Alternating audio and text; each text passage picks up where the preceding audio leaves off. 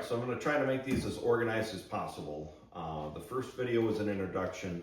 Second one was a super quick overview. Now I want to get down one layer more deep. And we'll start with the 4 aspects of a typical installation. Now again, a typical installation is this is next to your furnace. The supply air here is probably feeding right into your plenum over the main furnace, or it could be going into the ductwork right ahead, the main trunk. And then the plenum on the back, same thing with a 12-inch flex, is probably going around the back of your furnace and tying into the return air and or straight up to, you know, between the floor joists or whatever, wherever your return air duct is.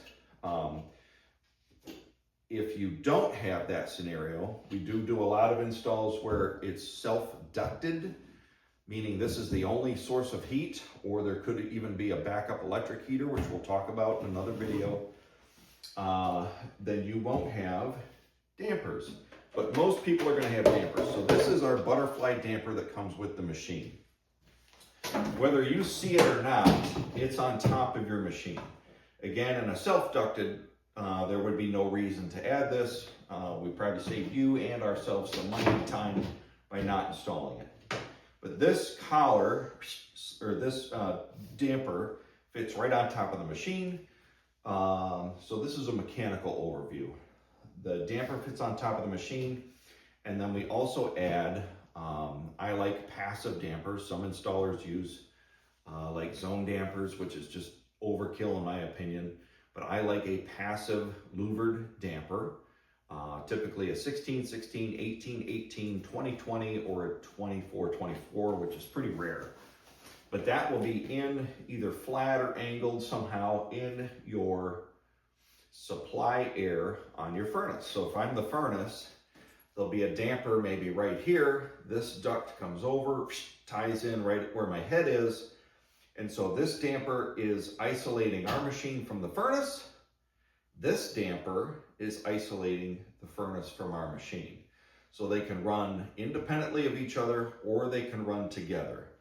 If the dampers weren't there, the air would come up over right where my head is, and then it would go down through the furnace, right back out into the machine, and it would just short cycle, which of course does no good. So the dampers force the air from my machine through the ductwork and out throughout the home. Or if the furnace is running without the well connect, which should never happen, just in a breakdown scenario, then that air is up and out and it's not short cycling down through our machine. Or if they're working together, then both dampers are open, both blowers are running, and it is forcing air through the house. I mentioned in the first video that this unit does have a blower. It is not as high a CFM blower as your furnace is, almost 99% of the time. The furnace is going to have a big huffer in it. This one's a little bit slower. And what we call the dribble, if you're around the house, it's constantly moving air whenever the machine is running, and it runs a lot more than a standard furnace. We've just completed some cold single-digit weather here in northern Michigan in January, and my machine ran nonstop.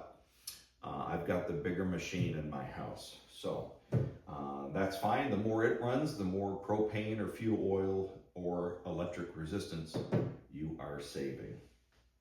All right, so that's a quick overview of the mechanical side we talk, or we call it, which is just the physical ductwork itself. Supply air to your supply ductwork, return air from the return ductwork, and how the dampers isolate each.